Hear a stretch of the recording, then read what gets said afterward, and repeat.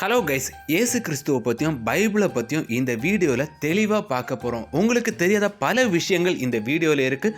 வீடியோவை ஸ்கிப் பண்ணாமல் கடைசி வரைக்கும் பாருங்கள். வாங்க வீடியோக்குள்ளே போகலாம்.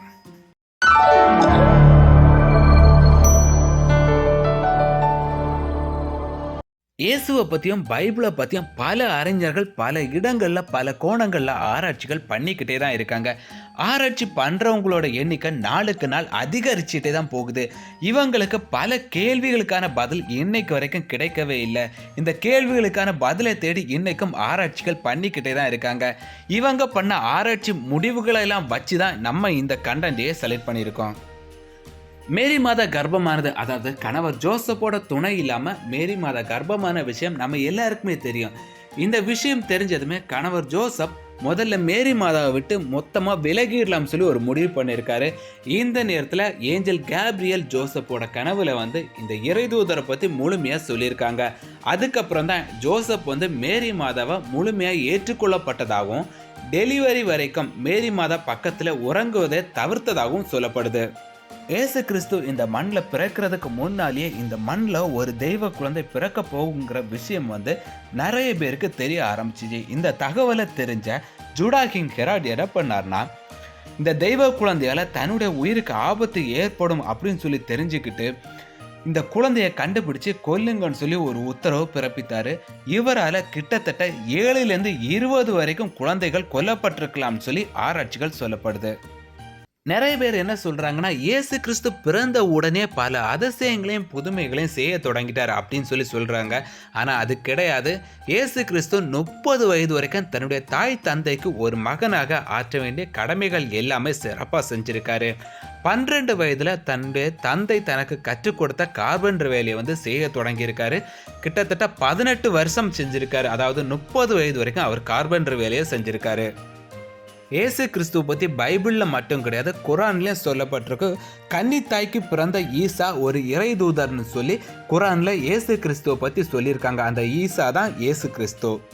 முக்கியமான ஒரு விஷயம், ஏசு கிறிஸ்து என்ன மொழி பேசினார்னு சொல்லி கேள்வி வந்துச்சுன்னா, நிறைய பேர் என்ன சொல்கிறாங்கன்னா, ஏசு கிறிஸ்துவுக்கு எல்லா மொழிகளும் தெரியும், அவர் எல்லா மொழிகள்லையும் பேசியிருக்காரு அப்படின்னு சொல்லியிருக்காங்க. ஆனால் ஏசு கிறிஸ்து மொத்தம் 3 மொழிகள் தான் பேசியிருக்காங்க. அராமிக், ஹீப்ரூ, கிரேக், இந்த 3 மொழிகள் தான் இயேசு பேசினதா இவரை பற்றி ஆராய்ச்சி பண்ணவங்க சொல்கிறாங்க. அடுத்து ரொம்ப ஒரு முக்கியமான விஷயம், மேரி மாதாவுக்கு இயேசு கிறிஸ்து மட்டும்தான் குழந்தைன்னு சொல்லி நிறைய பேர் நினச்சிக்கிட்டு இருக்காங்க. ஆனால் அது கிடையாது.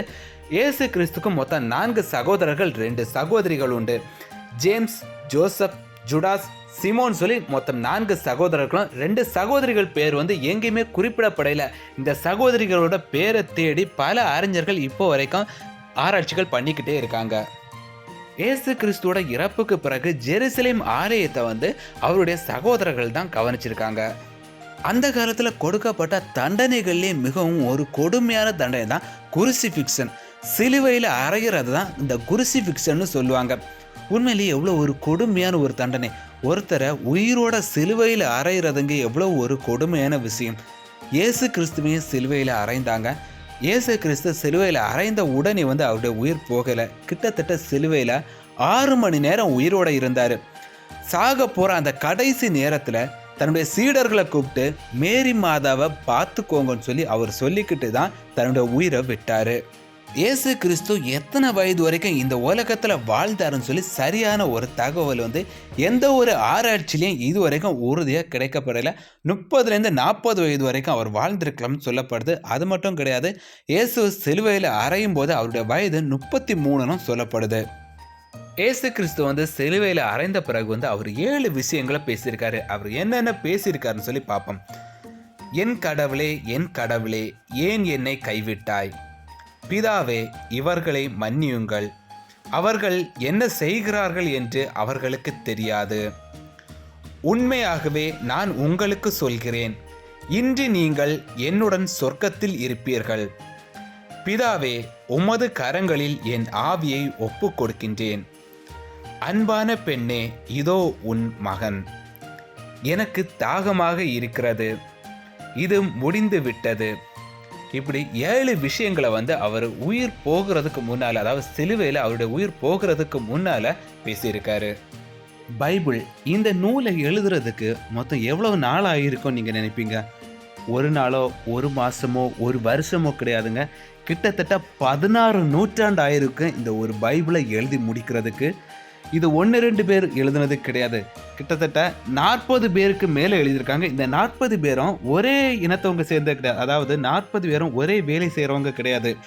எல்லாருமே வெவ்வேறு தொழில் செய்கிறவங்க தான் இந்த பைபிளை எழுதியிருக்காங்க. கேட்டிங்கன்னா உங்களுக்கே அதிர்ச்சியாக இருக்கும். எல்லாருமே சேர்ந்து ஒரே கருத்தை முன் வச்சிருக்காங்களேன்னு சொல்லி. அரசர், மருத்துவர், அரசியல்வாதி, மதபோதகர், படைத்தளபதி, வரி வாங்குபவர், மீனவர், கவிஞர், மெய்ப்பர், கைதி இப்படின்னு சொல்லி 40க்கு மேற்பட்டவரால் எழுதப்பட்டது. இது ஒரு இடத்துல இப்போ நம்ம இந்தியாவில்னு வச்சுக்கோங்களேன். இது இந்தியாவில் மட்டும் இந்த பைபிளை கொண்டு சேர்க்கணும்னா ஒரு குறிப்பிட்ட மொழிகள் போதும். அதுவே உலகம் முழுவதும் கொண்டு சேர்க்கணும்னா மொத்தம் எத்தனை மொழிகளில் இது மொழிபெயர்ப்பு பண்ணணும்? கிட்டத்தட்ட 3000க்கு மேற்பட்ட மொழிகளில் பைபிள் மொழிபெயர்ப்பு பண்ணியிருக்கு. இயேசு கிறிஸ்து பிறந்த தினமாக நம்ம டிசம்பர் 25ஆம் தேதியை நம்ம கொண்டாடுறோம். ஆனால் இந்த தேதியில் இயேசு கிறிஸ்து பிறந்தாரா அப்படின்னு சொல்லி உங்ககிட்ட கேட்டால் உங்களுக்கு எப்படி இருக்கும்? ஆனால் எங்கேயுமே இயேசு கிறிஸ்து டிசம்பர் 25ஆம் தேதி தான் பிறந்தார்னு சொல்லி ஒரு அதிகாரப்பூர்வமான தகவல் எங்கேயுமே கிடையாது. அப்போ எல்லாம் நினைப்பீங்க, அப்போ ஏன் நம்ம டிசம்பர் 25ஆம் தேதியை இயேசு பிறந்த தினமாக நம்ம கொண்டாடுறோம் அப்படின்னு சொல்லி நினைப்பீங்க. இது எப்படி வந்துச்சுன்னா, அந்த காலத்தில் யூத மக்கள் டிசம்பர் 25ஆம் தேதியை த லைட் ஆஃப் ஃபெஸ்டிவல் அப்படின்னு சொல்லி செலிப்ரேட் பண்ணிக்கிட்டே இருந்தாங்க. இது காலப்போக்கில் வர வர இந்த தினத்தை அப்படியே இயேசு கிறிஸ்து பிறந்த தினமாக அப்படியே நம்ம செலிப்ரேட் பண்ண ஆரம்பிச்சிட்டோம். அதை தான் நம்ம கிறிஸ்துமஸ் பண்டிகையை நம்ம இப்போ செலிப்ரேட் பண்ணிக்கிட்டு இருக்கோம். ஆராய்ச்சி பண்ணுற எல்லாரும் இப்போ வரைக்கும் ஓடிக்கிட்டே தான் இருக்காங்க. இயேசு பிறந்த தினம் கன்ஃபார்மாக எந்த டேட்டுன்னு சொல்லி தேடி இப்போவும் போய்கிட்டே தான் இருக்காங்க. அவங்களுக்கு இப்போ வரைக்கும் எந்த ஒரு அதிகாரப்பூர்வமான ஒரு தகவலும் கிடைக்கல. இயேசு கிறிஸ்துவோட வழிமரபினர் இப்போவும் இந்த பூமியில் வாழ்ந்துக்கிட்டு இருக்கதா சொல்லப்படுது.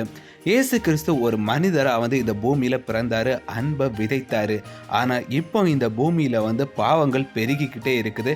கூடிய விரைவில் இயேசு கிறிஸ்து மறுபடியும் இந்த பூமியில் கால் வைக்க போகிறாரு.